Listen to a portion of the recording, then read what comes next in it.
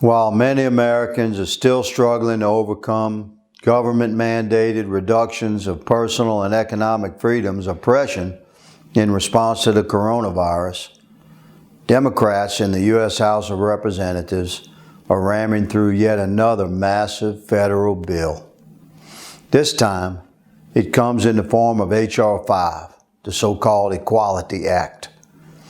This radical gender identity legislation would codify the extreme position that feelings define gender. It would make gender identity a protected class under the law and force businesses and individuals to comply regardless of their personal beliefs. This represents an attack on the individual and religious freedoms of every American citizen. Individual Americans have the right to every shade of ideological and moral perspective. However, Congress has no constitutional right to force us to agree with extreme beliefs. We all agree that people should be treated with respect. Our Constitution provides equal protection under the law for every American. It's not the role of Congress to define gender or to legislate gender identity. H.R. 5 is an abuse of federal authority. That's the objective: control. Bit by bit, career politicians, socialist elites intend to regulate all of America into compliance with their narrow interpretations of what is right, what is just. Control. That's their agenda. If enacted, this bill would force private entities, including religious organizations, to act in direct contradiction to their personal beliefs. This legislation, for example, would mandate that churches show no preference with their hiring process regarding gender identity, even if a potential employee's ideological gender selection violates church doctrine. That level of government interference should trouble every American. It represents a direct assault on religious liberty, one of the foundational principles of our nation.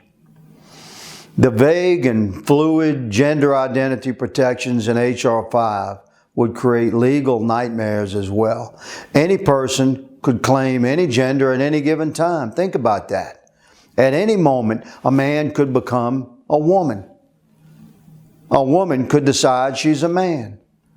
Not through years of medical procedure, just in their head, back and forth at a whim at any time, gender determined by thought and protected by federal law. It's insane.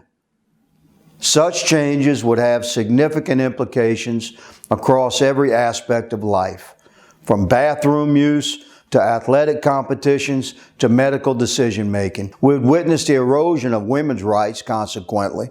That includes the ability of biological males to compete in women's sports or to access women's only spaces like restrooms and locker rooms. That's just wrong.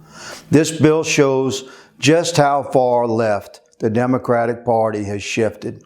A radical redefinition of gender is not only being considered on the House floor, it's expected to pass in a highly partisan manner. Over the last year, the D.C. establishment has proven that they want total power. They don't just want to advance their views. They intend to use the full weight of the federal government to force you to comply with their views. Some of us in Congress are pushing back. We stand against this assault on religious liberty and personal freedoms, American core principles. We will not bow down to this insanity. I will not kneel. We the people will not kneel. America will prevail. God is watching.